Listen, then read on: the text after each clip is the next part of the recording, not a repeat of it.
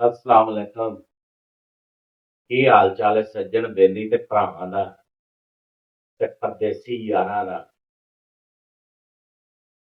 गल कर रहे हैं यार, ਇਹ ਜਿਹੜੇ ਚੌਧਰੀ ਆਪਣੇ ਮੋਢੇ ਤੋਂ ਥੁੱਕਦੇ ਆ ਨਾ, ਉਹਨਾਂ ਦੇ ਬਾਰੇ।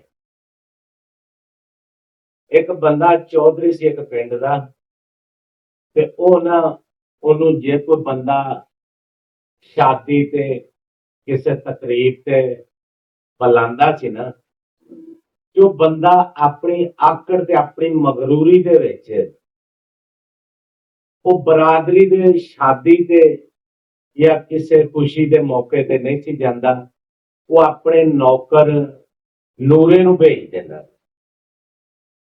ਤੇ ਨੂਰਾ ਉੱਥੇ ਜਾਂਦਾ ਸੀ। ਜਦੋਂ ਸ਼ਾਦੀ ਤੇ ਪਹੁੰਚਦਾ ਸੀ ਜਾਂ ਕਿਸੇ ਖੁਸ਼ੀ ਦੇ ਵਿੱਚ ਪਹੁੰਚਦਾ ਸੀ ਨਾ, ਜਾਂ ਕਿਸੇ ਗਮੀ ਦੇ ਵਿੱਚ ਪਹੁੰਚਦਾ ਸੀ, ਤੇ ਉੱਥੇ ਜਾ ਕੇ ਬਰਾਦਰੀ ਵਾਲਿਆਂ ਨੂੰ ਇਹ ਗੱਲ ਕਹਿੰਦਾ ਸੀ ਕਿ ਮੈਂ ਤੁਹਾਡਾ ਚੌਧਰੀ ਹਾਂ। ਚੌਧਰੀ ਦਾ ਟਾਈਮ ਕੋਈ ਨਹੀਂ ਸੀਗਾ ਤੇ ਮੈਨੂੰ ਚੌਧਰੀ ਸਮਝੋ। ਚੌਧਰੀ ਨੇ ਮੈਨੂੰ ਬੁਲਾਇਆ। ਵਕਤ ਗੁਜ਼ਰਦਾ ਰਿਹਾ ਤੇ ਚੌਧਰੀ ਇਸੇ ਤਰ੍ਹਾਂ ਨੂਰੇ ਨੂੰ ਭੇਜਦਾ ਰਿਹਾ। ਚੌਧਰੀ ਦੇ ਨਾ ਆਪਣੀ ਔਲਾਦ ਜਵਾਨ ਹੋਈ ਤੇ ਚੌਧਰੀ ਨੇ ਆਪਣੇ ਘਰ ਸ਼ਾਦੀ ਦਾ ਫੰਕਸ਼ਨ ਰੱਖਿਆ ਤੇ ਸਾਰੀ ਬਰਾਦਰੀ ਵੱਲ ਕਾਰਡ ਵਗੈਰਾ ਭੇਜੇ। ਜਦੋਂ ਕਾਰਡ ਭੇਜੇ ਤੇ ਬਰਾਦਰੀ ਵਾਲਿਆਂ ਨੂੰ ਵੀ ਬੜਾ ਗੁੱਸਾ ਸੀ। ਉਹਨਾਂ ਨੇ ਵੀ ਕੀ ਕੀਤਾ ਵੀ ਕਈ ਬਰਾਦਰੀ ਦੇ ਵਿੱਚ ਨੌਕਰ ਰੱਖਣ ਵਾਲੇ ਨਹੀਂ ਸੀਗੇ, ਕਈ ਰੱਖਣ ਵਾਲੇ ਹੈ ਸੀ। ਯਾਨੀ ਕਿ ਹੁਣ ਇੱਕ ਪਿੰਡ ਦੇ ਵਿੱਚ ਸਮਝ ਲਓ ਕਿ ਇੱਕ ਘਰ ਨੌਕਰ ਰੱਖਣ ਦੀ ਤਫੀਕ ਹੈ ਸੀ, ਉਹਨੇ ਨੌਕਰ ਰੱਖਿਆ ਸੀਗਾ।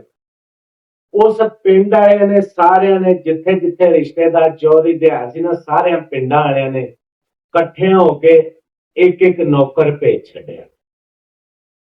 ਕਿਸੇ ਨੇ ਨੂਰੇ ਨੂੰ ਭੇਜਤਾ, ਕਿਸੇ ਨੇ ਗਫੂਰੇ ਨੂੰ ਭੇਜਤਾ, ਕਿਸੇ ਨੇ ਸ਼ਹੀਦੇ ਨੂੰ ਭੇਜਤਾ ਤੇ ਕਿਸੇ ਨੇ ਸ਼ਾਮੂ ਨੂੰ ਭੇਜਤਾ। ਜਦੋਂ ਬਰਾਦਰੀ ਵਾਲਿਆਂ ਨੇ ਵੀ ਇਸੇ ਤਰ੍ਹਾਂ ਭੇਜਤਾ ਤੇ ਉਹਨਾਂ ਨੌਕਰਾਂ ਨੇ ਵੀ ਆਣ ਕੇ ਕਿਹਾ ਕਿ ਮੈਨੂੰ ਵੀ ਫਲਾਣੇ ਚੌਧਰੀ ਨੇ ਭੇਜਿਆ, ਨਜ਼ੀਰ ਨੇ, ਫਲਾਣੇ ਚੌਧਰੀ ਬਸ਼ੀਰ ਨੇ ਭੇਜਿਆ, ਚੌਧਰੀ ਨਿਜ਼ਾਮਦੀਨ ਨੇ ਭੇਜਿਆ।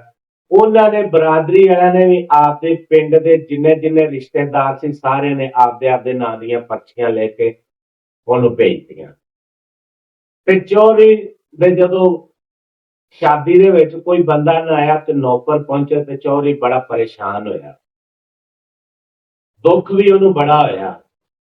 ਖੈਰ ਕੀਤੀ ਦਾ ਸਿਲਾ ਮਿਲਿਆ ਤੇ ਚੌਧਰੀ ਸਾਹਿਬ ਨੇ ਫਿਰ ਜਿਹੜਾ ਸੀ ਪਿੰਡ ਦੇ ਵਿੱਚ ਐਲਾਨ ਕਰਾਇਆ। ਐਲਾਨ ਕਰਾ ਕੇ ਸਾਰੀ ਬਰਾਦਰੀ ਸੱਦ ਕੇ ਤੇ ਉਹਨੇ ਕਿਹਾ ਵੀ ਅੱਗੇ ਤੋਂ ਜਿਹੜੀ ਵੀ ਖੁਸ਼ੀ ਜਾਂ ਗਮੀ ਹੋਏਗੀ ਨਾ, ਤੇ ਮੈਂ ਬਜ਼ਾਤੇ ਖੁਦ ਆਪ ਆਇਆ ਕਰਾਂਗੇ, ਤੇ ਹੁਣ ਮੇਰੀ ਸ਼ਾਦੀ ਦੇ ਵਿੱਚ ਤੁਸੀਂ ਸਾਰੇ ਹੀ ਆਓ। ਤੇ ਗੱਲ ਕਰਨ ਦਾ ਮਕਸਦ ਇਹ ਆ, ਚੌਧਰੀ ਉਹੀ ਹੁੰਦਾ ਹੈ ਜਿਹਨੂੰ ਬਰਾਦਰੀ ਬਣਾਏ ਤੇ ਬਰਾਦਰੀ ਮੰਨੇ। ਚੌਧਰੀ ਨੌਕਰਾਂ ਨੂੰ ਘਲਾਇਆ ਚੌਧਰੀ ਨਹੀਂ ਬਣਦੇ। ਚੌਧਰੀਆਂ ਨੂੰ ਆਪ ਟਾਈਮ ਦੇਣਾ ਪੈਂਦਾ, ਟਾਈਮ ਕੱਢਣਾ ਪੈਂਦਾ, ਕਿਸੇ ਮਾੜੇ ਵਾਸਤੇ ਵੀ ਤੇ ਕਿਸੇ ਚੰਗੇ ਵਾਸਤੇ ਵੀ।